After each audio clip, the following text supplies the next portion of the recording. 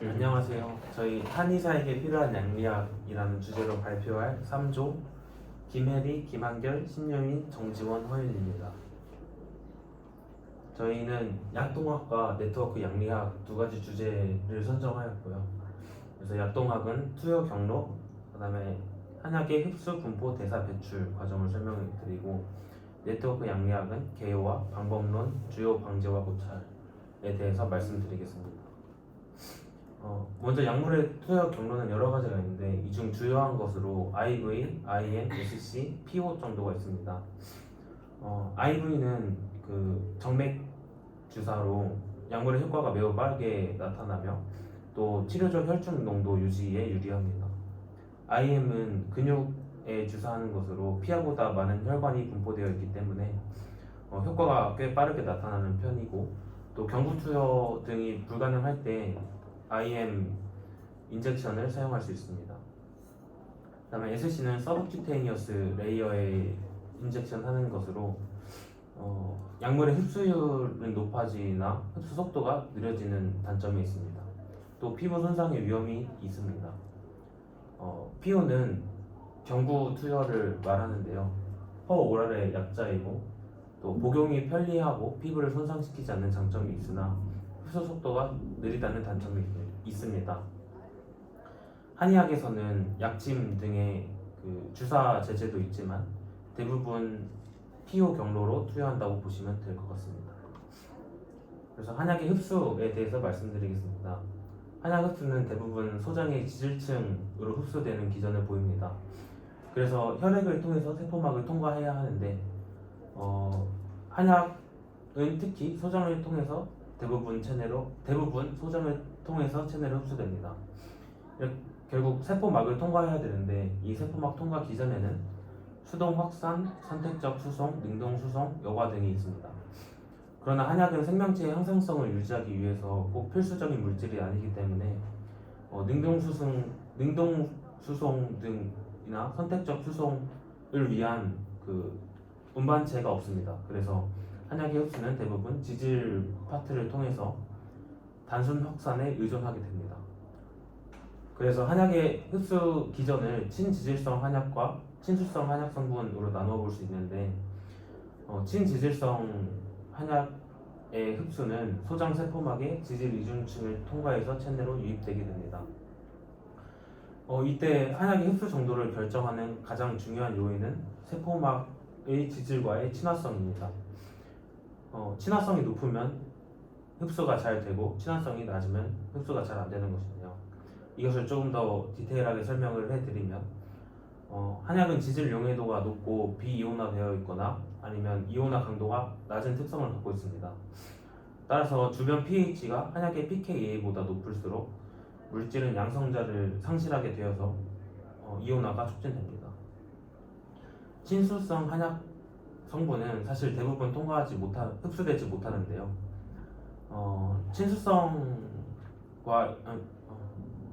이 친수성 물질 한약의 흡수에서 막 통과를 결정하는 가장 중요한 요인은 입자의 크기와 막 내외의 수학 차이입니다. 분자량이 100 이하인 분자들만 여과를 통해 흡수되기에 유리하고, 한약의 성분의 대부분은 분자량이 높은 편이기 때문에 흡수가 되지 않습니다. 또 흡수가 된다고 하더라도 여러 세포막을 통과해서 표적 기관에 도달하기는 어려움이 있습니다. 한약의 흡수 기전의 특성에 대해서 좀 말씀드리겠습니다. 한약 탕제는 보통 여러 한약재의 혼합으로 이루어져 있어서 상호 간의 흡수는 높으나 생체 이용률이 낮은 특성을 보입니다. 이는 혼합 탕제가 단일 탕제보다 혈장 최고 농도에 이르는 시간, 또 혈장에서 흡수된 양의 50%가 감소되는 반감기가 모두 높기 때문입니다. 따라서 혼합 탕제가 단일 탕제보다 흡수되는 양은 적을지라도 생체 내에서 머무는 시간은 높고 생체 이용률도 높다고 볼 수 있겠습니다. 한약의 분포에 대해서 말씀드리겠습니다. 한약의 분포는 간을 통과한 한약이 전신으로 이동하는 과정입니다. 대사된 물질의 이 양리 작용을 하기도 하지만 대부분은 원 물질 자체가 양리 효능을 나타내고요. 또 간에서 약물 대사, 초회 대사가 많이 이루어질수록 유해 물질의 혈중 농도가 감소하므로 이 한약의 생체 이용률을 결정하는 중요한 요인 중 하나가 간의 초회 대사가 되겠습니다. 간을 통과한 한약은 그 원물질의 화학적 특성에 따라서 혈장 단백질과 결합해서 이동하거나 아니면 세포 외 세포막에 존재하는 수용체와 결합하여서 세포나 조직의 특정 세포나 조직에 축적됩니다. 또 탕제의 각 유효 성분은 경구 투여량이나 조직에 따라서 분포 농도가 다 다르며 탕제 후 6시간 동안 지속적으로 증가하는 추이를 보입니다.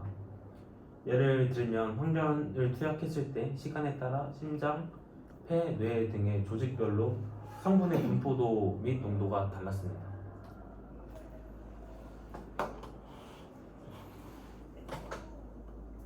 다음으로 이어서 한약의 대사부터 설명드리겠습니다. 많은 양약이나 한약 같은 외인성 물질들은 대부분 간에서 대사가 이루어집니다.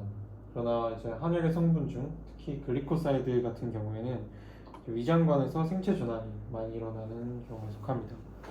장에서 생체 전환이 일어나는 경우에 대부분 장내세균에 의해서 이루어지는데 이는 한약재 성분의 다양한 변화를 유발하게 됩니다. 그리고 한약의 양리적 효능이 원료 자체의 성분보다 위장관에서 장내 세균을 통한 대사를 통해 유발되기도 하기 때문에 장내 세균은 한약의 양리 기전에 매우 중요합니다. 다음으로는 이제 한약의 약물 동태와 대사에 영향을 주는 주요 요인들 4가지를 꼽아보겠습니다. 첫 번째로 장내 세균에 의한 이제 한약의 유효 성분의 생성과 분해에 대한 영향, 그리고 두 번째로 소장의 상피세포와 간세포에서 일어나는 이제 제1상 반응 P450에 대한 이제 한약제 대사, 그리고 세 번째로 소장과 간에서 한약의 대사의 안정성, 네 번째로 한약제에 대한 개인차 폴리모피즘이 있습니다. 이제 장내 세균에 의한 한약의 유효 성분 생성과 분해에 대한 영향부터 볼 텐데, 이 장내 세균에 의해서 생체 전환되는 대표적인 한약 성분에는 진세노사이드라던가 아니면 세노사이드, 페니플로린 등이 있습니다. 이제 예를 들어서 첫 번째로 작약의 유효 성분인 페니플로린은 이제 장에서 흡수가 잘 되지 않기 때문에 효과를 바로 나타내지 못하지만 장내 세균에 의해서 생체 전환이 될 경우에 강력한 항경련 효과를 나타낼 수 있습니다. 두 번째로 인삼의 진세노사이드 경우 장에서 흡수가 잘 되지 않는데 이것이 장내 세균에 의해서 전환이 되면은 쉽게 흡수돼서 인삼의 주요 양리 작용 중 일부를 나타낼 수 있게 됩니다. 두 번째로 한약의 P450 대사와 그 영향입니다.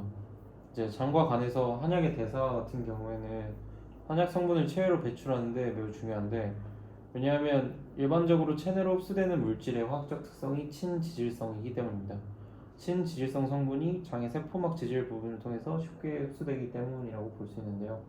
이제 소장의 상피세포와 간세포에서는 이제 실질적인 한약 성분의 생체 전환이 일어납니다. 1상 반응을 통해서 극성으로 전환이 되고 2상 반응을 통해서 친수성으로 전환이 됩니다. 이를 통해서 체외 배출이 유리한 형태로 바뀐다고 얘기를 할 수 있겠습니다. 그리고 P450 효소의 경우 외인성 물질의 생체 전환에 핵심적 역할을 하는데, P450 효소에 의해서 친지질성 물질이 극성으로 전환이 돼서 친수성으로 바뀌고, 그리고 제2상 반응의 효소인 이제 UDP 글루코sil 트랜스퍼레이스와 서포 트랜스퍼레이스 등의 효소에 의해서 친수성으로 전환이 되고 체외 배출이 되게 됩니다.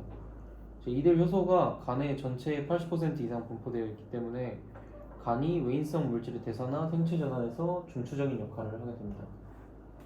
한약은 P450에 의해서 대사가 되기도 하나 반대로 각 성분들이 P450 효소의 활성을 증가하거나 저해하기도 하기 때문에 약물 상호작용을 유발하게 됩니다.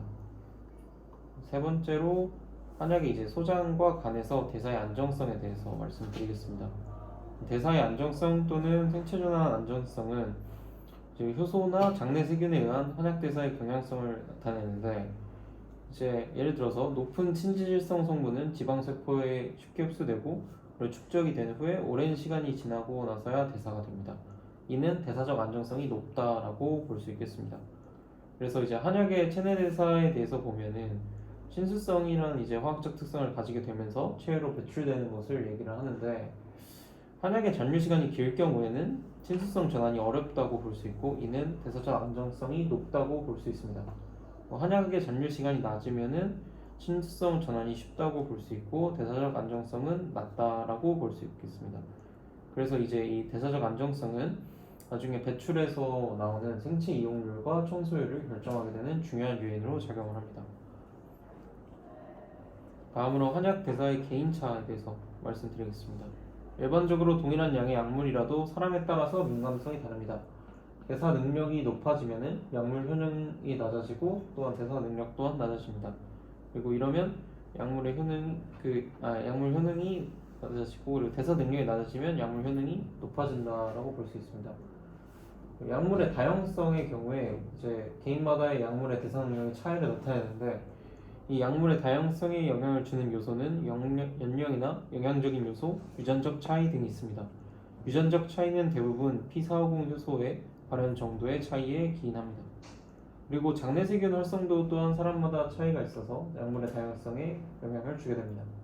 따라서 이제 간, 장에서의 효소, 장내세균의 개인적 특성이 한약 대사에 영향을 주는 요인이라고 볼 수 있겠습니다.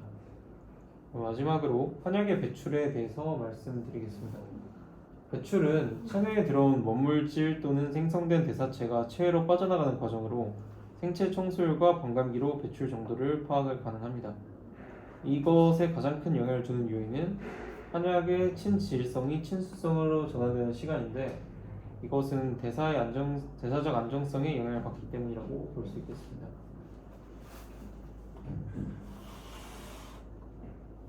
지금부터는 저희 조가 한의학이란 학문에 있어서 양리학이 나아갈 방향에 대해 조사해 보던 중 알게 된 네트워크 양리학을 주제로 발표해 보려 합니다.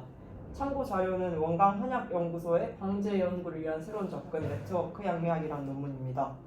종래의 양리학적인 원 드러그, 원 타겟 이론으로는 멀티 컴파운드, 멀티 타겟인 한약의 효능을 입증할 수 없었습니다. 예를 들어 베버리스 프레몬티라는 약제에 관한 연구에서 주성분인 베베린의 평균 효과가 같은 약제의 성분이며 활성이 없으나 멀티 드러그 펌프 인히비터로 작용하는 5메시옥시하이드로컬핀과 함께 사용할 경우 100배 이상 증가하는 것이 알려졌습니다.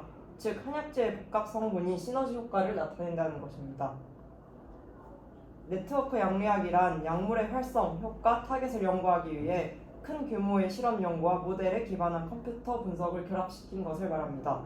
종래의 특정 약물과 단백질 상호작용의 결과인 약물의 효과를 고려하는 대신 약물의 효과를 약물이 가질 수 있는 전체 상호작용 네트워크의 결과라고 간주합니다. 이는 멀티 컴포넌트 세라피틱스 네트워크 타겟으로 패러다임의 변화를 강조하여 정체적인 사고를 중시하기 때문에 약물 연구의 차세대 방법론이 될 가능성을 지닙니다.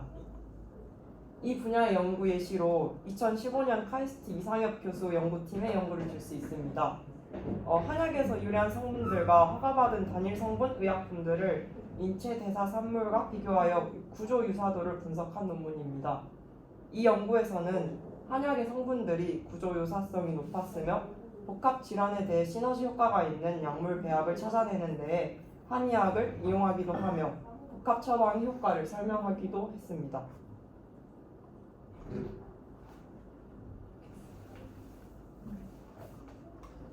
네, 다음은 네트워크 양리학의 방제 연구 방법을 활용한 예시 중에 위구르 의학의 심혈관 질환 CBD 특효방인 복방 홍화방 연구를 소개하도록 하겠습니다. 다음은 연구 과정인데요. 첫 번째로 처방안에 포함된 약제에 대하여 TCMSP 데이터베이스를 이용하여 화학 성분을 조사해서 분자적인 데이터베이스를 만듭니다. 이 13가지 종류의 약제에 대해서 375개의 성분이 나왔고 이 중에서 공통되는 성분도 20개 이상 있었습니다. 데이터베이스에서 실제로 유효한 성분을 스크리닝할 수 있도록 프리오비, 프리DNA DHL, 프리-DL 등으로 이루어진 ADME 시스템을 이용하여 약물 동력학적인 특성을 평가합니다. ADME는 흡수, 분포, 대사, 배설로 이루어진 시스템이고 이 분석을 통해서 103개의 잠재적 활성 성분을 찾아냈습니다.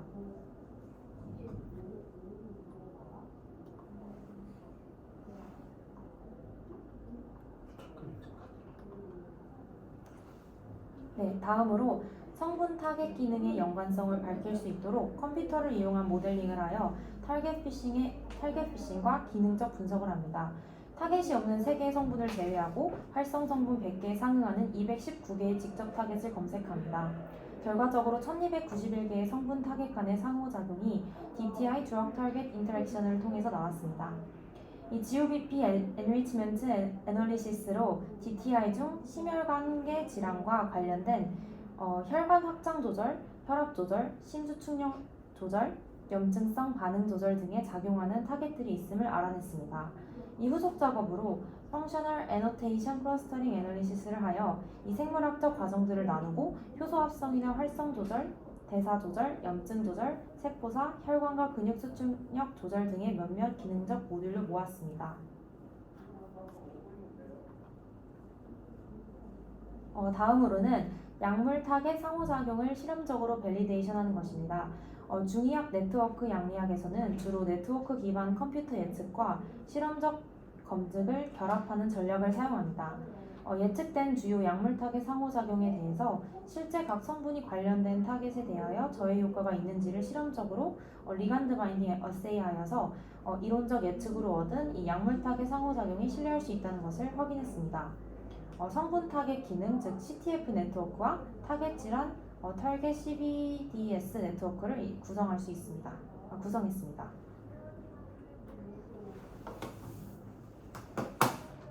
연구에서 구성한 네트워크에 대해서 말씀드리려고 하는데요. 먼저 성분 타깃 기능 네트워크입니다. 이는 심혈관 질환을 치료하는 복방, 홍화방의 분자 작용 기전을 그림으로 그려 네트워크를 구축하고 분석하여 양리작용을 설명하기 위함입니다. 그림으로 직접 보실 텐데요. 그림 2의 A는 성분이 타겟에 작용하면 성분과 타겟을 연결하고 같은 방식으로 타겟이 속한 기능 모듈도 서로 연결해 표시했습니다. 그림 B는 성분 표적 관계로 여기서 유효 성분 중 높은 타겟 상호작용을 보이는 성분은 멀티 타겟 특성을 보인다고 할 수 있고 타겟 중 높은 상호작용을 보이는 타겟은 치료 효능이 그 주요 단백질의 작용의 가능성을 보여줍니다. 다음으로 타겟 심혈관 질환 네트워크입니다. 이는 가능성이 있는 타겟의 작용 기전을 나타내기 위해 주요 심혈관 질환과 관련된 타겟으로 타겟 심혈관 질환 네트워크를 구축했습니다. 겉에 있는 노란색 타겟 단백질은 상하하는 질환과 연결되어 있고 이 질환들은 각각 해당되는 질환 분류와 다시 연결되어 있습니다. 여기서 심혈관 질환의 발병은 다중 요인과 다른 종류의 질환과의 상호작용이 일어난 것이므로 이 질환들이 서로 공유하고 있는 타겟 단백질은 심혈관 질환 치료에서 잠재적으로 가능성 있는 치료 표적이 됩니다. 이런 방법으로 처방의 멀티 이펙트와 효능을 볼 수 있는 가능성이 있는 질환을 예측할 수 있습니다. 연구의 6번째 과정으로 신호 전달 경로 레벨의 여러 기능적 모듈의 타겟 단백질 등을 레귤토리 모듈을 밝히기 위해 패스웨이 인테그레이션 아날리시스를 합니다. 복방, 홍화방의 치료 효과를 분석하기 위해 여러 조절 모듈로 구성된 심혈관 질환 경로가 구성되었고 이 경로는 염증, 심근 수축, DNA 복구, 단백질 합성, 혈관 신생, 응집 수축, 이완 등으로 나누어졌고 이 중 주요한 대표 모듈인 혈압 조절, 혈소판 응집, 혈관 신생에 집중하여 복방, 홍화방의 주요 성분의 타겟과 치료 효과를 분석하였습니다. 그 분석 결과는 다음 그림과 같은데요. 이 연구 결과는 여러 약재로 구성된 복합 홍화방이 뇌혈관 질환 관련 생물학적 과정을 조절하는 데 있어 다중규모 치료 작용을 하고 있음을 보여주며 이는 현대의학의 복합 질환 치료에 있어 새로운 치료 방법의 가능성을 보여준다라고 할 수 있습니다. 그래서 이러한 네트워크 양리학을 응용한 연구 결과들이 현재 굉장히 많이 나오고 있고 네트워크 양리학은 다성분을 함유하고 있는 방제 연구에 적합하다고 할 수 있습니다. 표는 지금까지 발표된 처방에 대한 연구를 정리한 것입니다. 마지막으로 고찰입니다. 서양의학의 기존 신약 개발 방식은 마법 탄환이라는 키워드로 요약할 수 있습니다. 이는 단일 표적을 스크리닝하여 매우 특이적인 약품을 개발하는 전략입니다. 이때 토지라는 표현이 나오는데 즉 어떤 기술이 개발되면 마법처럼 문제를 해결할 수 있지 않을까 한 것이 서양의학의 방식이었습니다. 이렇기 때문에 신약 개발의 소모 비용과 실패율이 심각하였고 이에 따라 대두되는 것이 네트워크 양리학입니다. 멀티 컴포넌트 세라피틱스 네트워크 타겟으로의 패러다임의 변화를 강조하는 것은 네트워크 양리학의 특징이며 이는 한의학과의 공통점이기도 합니다. 네트워크 양리학의 반복론을 도입하면 오른쪽의 사진과 같이 한약 처방으로 복잡한 생체 시스템 기반에서 내인성, 외인성 바이오 마커나 활성 있는 유효 성분을 발견하거나 수많은 한약 처방 및 한약제의 작용 기전을 밝히는 기회를 만들 수 있을 것입니다.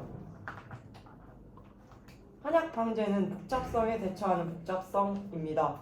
한약 방제에 포함된 수많은 성분들이 실제 모두 인체에 흡수되어서 사용된다고 볼 수는 없기에 실제 흡수되어 약효를 나타내는 성분들의 가중치를 둘 필요가 있습니다. 이를 위해서 저희조가 앞서 말씀드린 내용인 ADME 평가 시스템, 생체 이용률, 약동학적 필터링 등의 방법을 사용해야 할 것입니다. 이상으로 발표를 마치겠습니다. 감사합니다.